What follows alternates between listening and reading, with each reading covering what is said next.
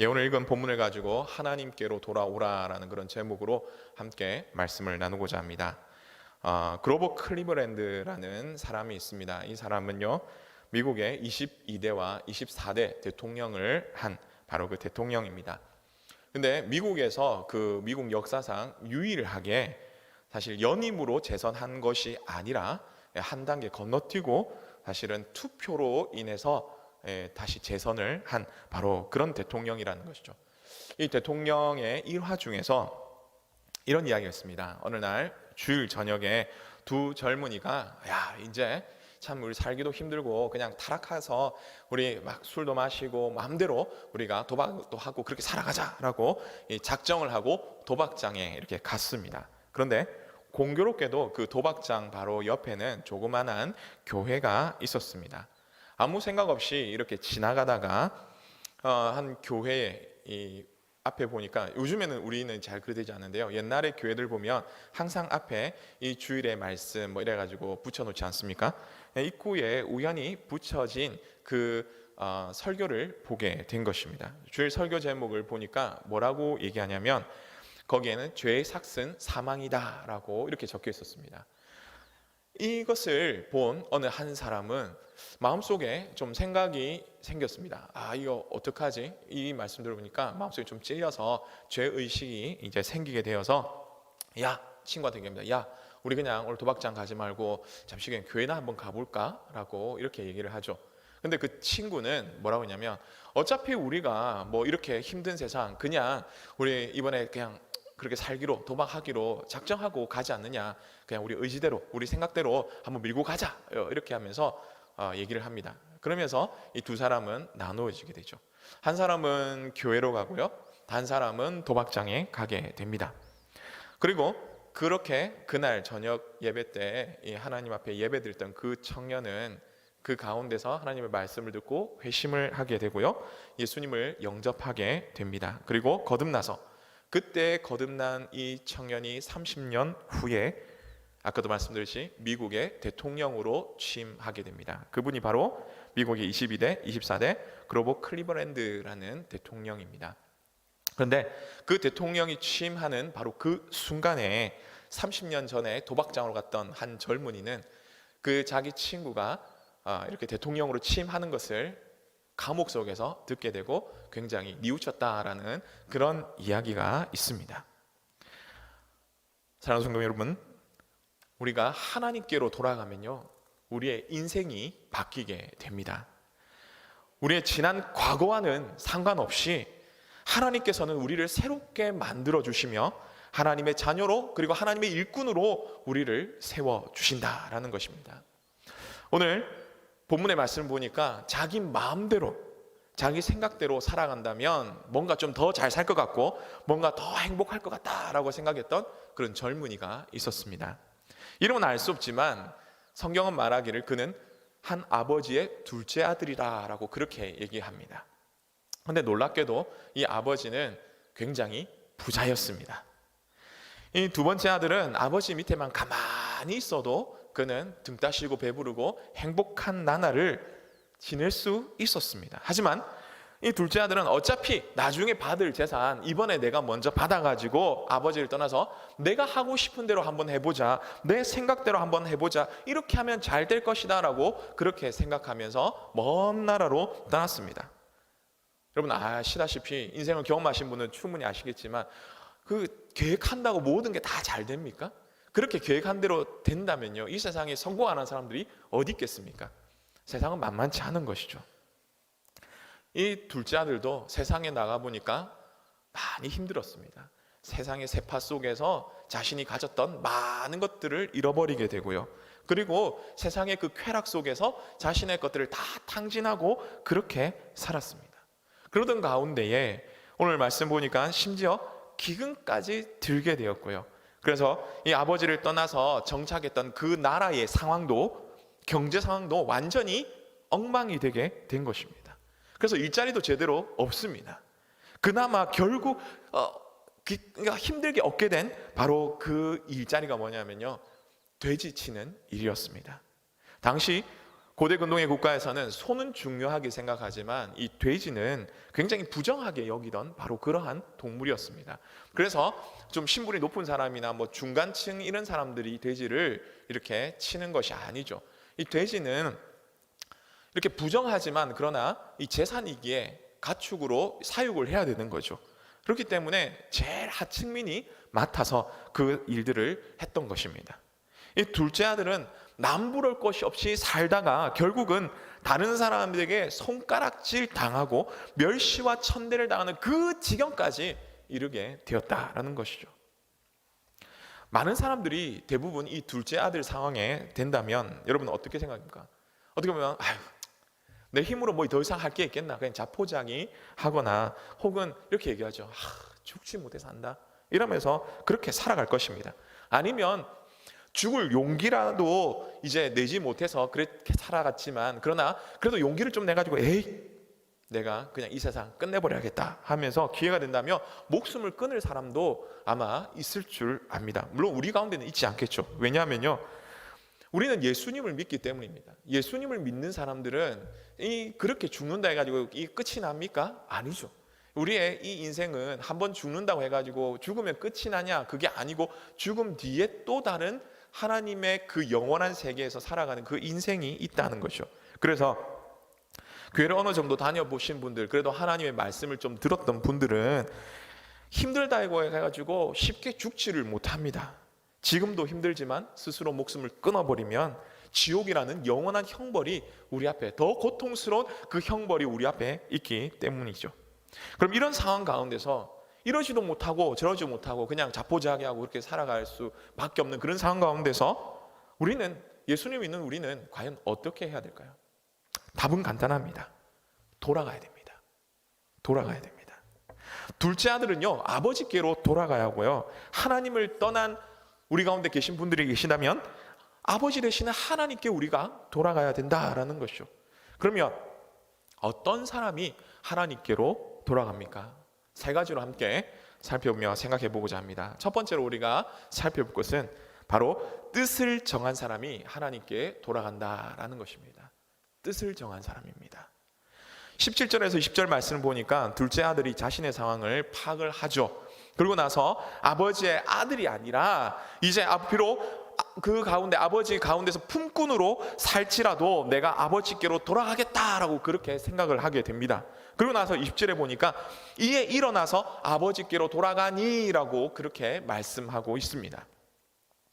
둘째 아들은 소망이 없는 비참한 상황 가운데 있었을지라도 그러나 내가 아버지께로 돌아가야겠다라고, 비록 내가 아들이 아니더라도 그래도 아버지께로 돌아가야겠다라고 그렇게 뜻을 정하고 실천을 한 것입니다. 사랑하는 성도 여러분, 이렇게 뜻을 정할 필요가 있습니다. 물론 사실 구원에 관해서는 100% 모든 이 구원에 관한 전적인 부분이 하나님께 당연히 있죠. 그러나 하나님의 그 택한 백성, 하나님께서는 그 택한 백성이 우리를 끝까지 인도하시고 이끌어 가시는데요, 그 가운데서 우리에게 요구하시는 게 있습니다. 우리가 뭔가를 해야 된다는 것보다는 우리에게 요구하시는 거죠. 그게 구원의 어떤 부분들을 건드려서 하나님 뭐 100%인데 하나님 뭐 80%, 90%, 우리 뭐 몇 퍼센트 이런 게 아니라 전적으로 100% 하나님께서 구원에 관해서 역사하시지만 그 가운데 우리에게 요구하시는 것이 있습니다. 그것은 뭐냐면 바로 하나님 앞에서 우리의 반응이라는 것이죠. 하나님은 그렇게 뜻을 정한 사람을 통해서 이 땅 가운데 하나님의 일을 이루어 가시기를 원하신다라는 것입니다. 여러분, 우리가 잘 아는 다니엘서에 보면요, 뜻을 정한 다니엘과 세 친구가 나옵니다. 비록 나라가 망한 상황 가운데 있지만, 그래서 바벨론으로 포로로 잡혀간 그런 상황에 있지만, 그래서 소망이 없고 희망이 없는 그런 상황 가운데 있지만, 그럼에도 불구하고 온 세상의 왕이며 온 만왕의 왕, 만주의 주 되신 바로 그 하나님이 자기의 하나님이라고 고백을 하기 때문에 다니엘과 세 친구는 하나니아, 미사엘, 아사랴는요, 우상에게 바쳐졌다가 나오는 그 왕의 진미를 먹지 아니하고 오직 채소만 먹겠다라고 그렇게 결정을 한 것입니다. 그렇게 뜻을 정했습니다. 하나님께서는 그렇게 뜻을 정한 다니엘과 세 친구들을 하나님께서 어떻게 하셨습니까? 더 높여 주셨다는 것이죠. 오늘 우리에게도 이런 결단이 필요합니다. 내게 어떠한 불이익이 있더라도 내 삶 속에서 늘 하나님 중심으로 살아가리라. 내가 바쁜 일이 있더라도 늘 예배 중심으로 살아가리라. 그리고 어떤 상황 가운데서 내가 하나님 백성답게 살아가리라. 이런 우리 가운데 결단이 필요합니다. 바벨론으로 포로로 잡혀간 그 수많은 사람들이 있음에도 불구하고 뜻을 정한 다니엘과 세 친구들을 하나님께서는 들어 쓰셨다는 거죠.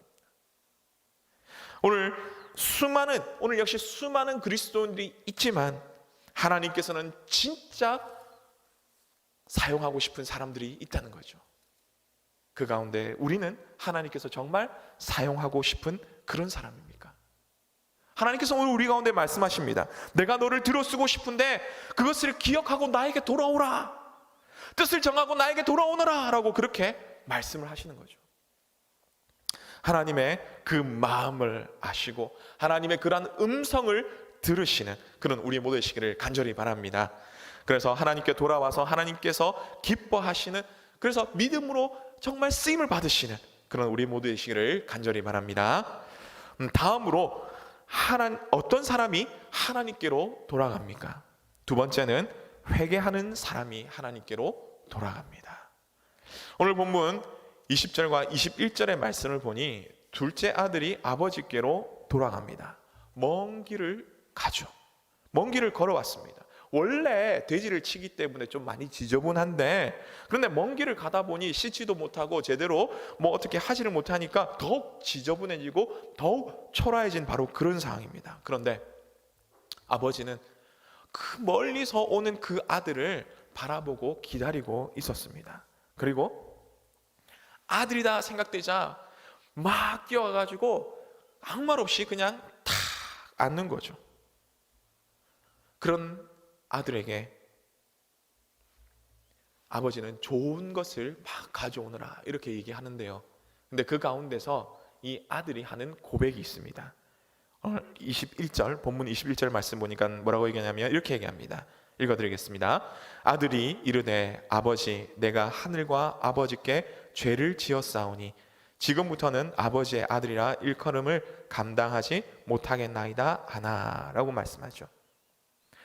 사실 아들은 이 자신이 뜻을 정한 것을 그대로 아버지께 다 말씀드립니다. 근데 오늘 본문을 읽어보셔서 아시겠지만 이미 20절부터 아버지가 아들을 감싸고요, 입도 맞추고 그 자체로 돌아온 것 그 자체로 아들로 받아들였기 때문에 이 둘째 아들은요 그냥 모른 척 그냥 입만 싹 다물고 그냥 넘어가도 바로 되는 그런 상황이었습니다. 그런데 둘째 아들은 단순히 그냥 입에 발린 말, 아버지 내 잘못했습니다, 그냥 이렇게 입에 발린 그런 말만 하는 것이 아니라 마음 깊은 곳에서 우러나오는 그런 말로 고백을 했다는 것이죠. 그것도 지금까지 자신이 누릴 수 있는 모든 것, 가만히만 있어도 더 많은 걸 누릴 수 있는데 만약에 말을 조금만 잘못하면 그 모든 걸 다 잃을 수 있는 그런 상황이었습니다. 그럼에도 불구하고 아버지 내 이 모든 것 다 내려놓습니다. 그냥 아버지를 아버지라 부르지 않고 그냥 주인님이라 불러도 좋으니 내가 아버지 곁에서 그냥 있게 해주십시오라고 그렇게 고백을 하는 것입니다. 사랑하는 성도 여러분, 진실한 회개는요 바로 이 모든 것을 내려놓는 겁니다.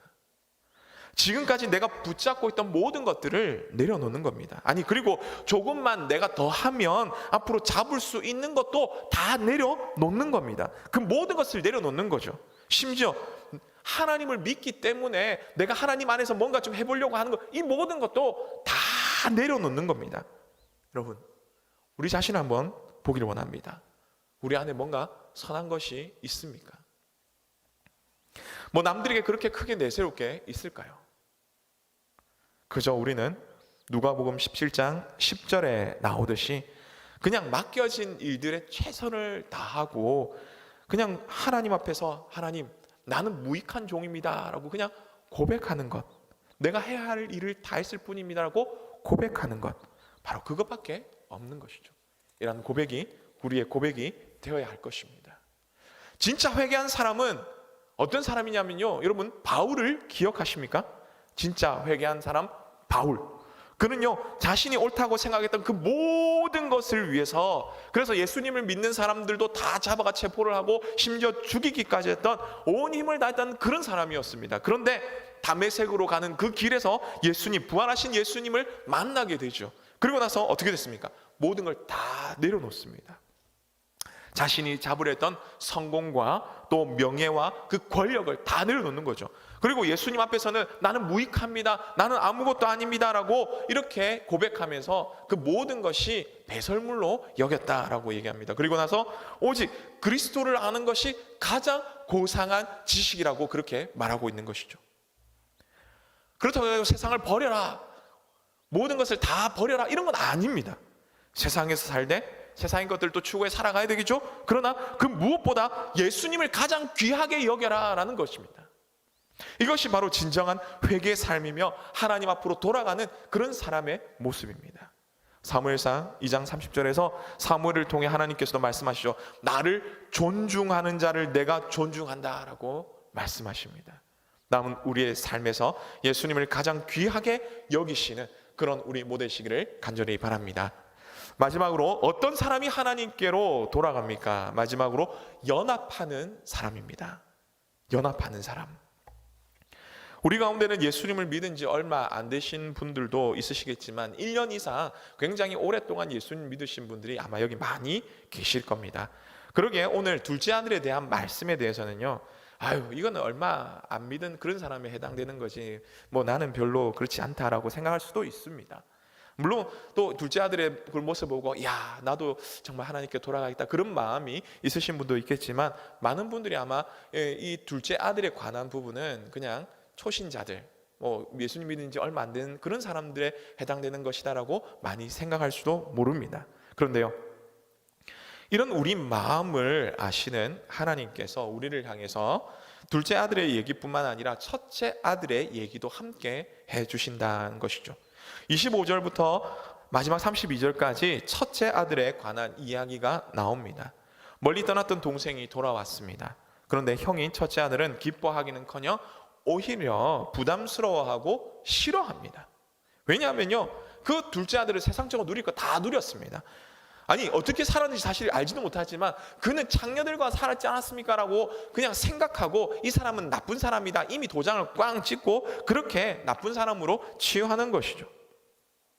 그런데 뭐 할 짓 다 하고 뭐 이렇게 세상에 나쁜 짓 다 하다가 이제 돌아왔는데, 그런데 아버지께서는 이런 동생을 다시 아들로 맞아 주실 뿐 아니라 더 좋은 것들을 주시는 거죠. 여기에 대해서 이 큰 아들은, 첫째 아들은 아버지께 불만을 토하게 됩니다. 아니 아버지, 나는 아버지와 함께 오래 있었고요, 그리고 이렇게 열심히 아버지 곁에서 최선을 다했는데 왜 저에게는 특별한 거 하나도 없습니까? 라고 얘기합니다. 여러분, 그런데 이 아버지가 하는 말을 한번 들어보십시오. 그러자 아버지는 이렇게 말씀하죠. 너는 항상 나와 있었으니 내가 좋은 것을 다 주지 않았니? 라고 그렇게 얘기합니다. 여러분, 큰 아들은 좋은 것 안 누렸습니까? 아니죠. 아버지 옆에서 좋은 것을 다 누렸음에도 불구하고 자신의 것이 아니라고 생각하면서 아버지 것을 누리지 않았다고 그렇게 착각하고 그렇게 있는 것입니다. 오히려 아버지 것을 가져가서 저기서 멀리서 자기 마음대로 다 했다고 해가지고 그 둘째 아들, 이 동생을 미워하는 것이죠. 오늘 우리는 어쩌면 이 첫째 아들의 모습으로 살아가고 있는지 모릅니다. 열심히 교회 나오죠. 신앙생활 잘 하는 것처럼 보입니다. 그런데 정작 하나님의 마음을 우리는 알고 있습니까? 매사에 불평과 불만, 다른 성도들이 잘 되는 거 보면 하나님 왜 저 사람은 저렇게 잘 되고 왜 나는 이렇게 안 됩니까? 하면서 배 아파하고 혹은 뒤에서 수근수근하고 그렇게 우리는 살아가고 있지는 않습니까? 이런 모습은 아버지 곁에서 이 둘째 아들을 욕하지만, 그러나 마음은 어떻게 보면 아버지로부터 둘째 아들이 떨어진 것보다 더 멀리 떨어진 그런 모습이 바로 이 첫째 아들의 모습이다라는 것입니다. 사랑하는 성도 여러분, 오늘 하나님은 집 나간 둘째 아들뿐만 아니라 몸은 여기 있지만 마음은 오히려 둘째 아들보다 더 멀리 아버지를 떠난 그런 상황에 있는 이 첫째 아들을 하나님께서는 부르고 계시는 거죠. 겉으로는 잘한다고 진짜 효자입니까? 자식을 잘 키운 건가요? 그렇게 하다가 크게 사고치는 그런 모습들을 우리는 뉴스를 통해서 얼마나 많이 보게 됩니까? 심지어 그렇게 말 잘 듣는 것처럼 착한 것처럼 보이는 자녀들이지만 심지어 부모님 죽을 때 혹은 죽고 나서 문제를 일으키는 것들을 우리는 많이 보게 됩니다. 진짜 부모에게 효도하는 자녀는요, 부모님이 보든 안 보든 부모님의 마음을 먼저 헤아리는 그런 자녀가 바로 효자 효녀겠죠. 우리 역시 하나님 앞에서 마찬가지입니다. 먼저 하나님의 마음을 알아가기를 원합니다. 그래서 하나님이 기뻐하는 믿음의 일을 해나가기를 원합니다. 이것이 하나님께서 기뻐하시는 연합의 삶이라는 것이죠. 또한 오늘 본문에 나온 아버지가 가장 원했던 것은 형이 이 아우를 진심으로 받아들이며 이해하는 것입니다. 연합하는 것입니다. 우리 역시 하나님의 마음을 알고 교우들 간에 혹은 또 가족들 간에 서로 이해하며 세워주며 연합하는 바로 그러한 삶이 필요한 것이죠. 이러한 삶을 살아감으로 진짜 하나님께로 돌아가는 삶을 살아가시는 그런 우리 모두에게를 간절히 바랍니다. 말씀을 맺습니다. 가정의 달, 하나님이 진짜 원하시는 것이 무엇인가 할 때요, 우리 모두가 하나님의 자녀로서 하나님의 식구로서 하나님의 마음을 알고 하나님께로 돌아가는 것입니다.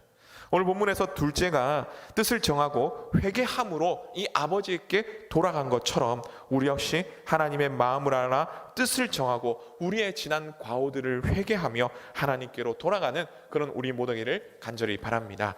뿐만 아니라 함께 있지만 이 아버지의 마음도 이해하지 못하고 돌아온 동생마저 품지 못해서 그렇게 살아갔던 이 첫째 아들의 모습이 우리 가운데 있다면 우리가 돌이켜서 하나님과 먼저 연합하며 또 성도들과 가족들과 연합하며 이해하며 감싸주는 그런 삶을 살기를 원합니다. 그래서 진짜 하나님께로 돌아가 하나님의 마음을 시원케 해드리며 하나님의 자녀로서 하나님을 기쁘시게 해드리는 그런 우리 모든 성도님이 되기를 간절히 바랍니다.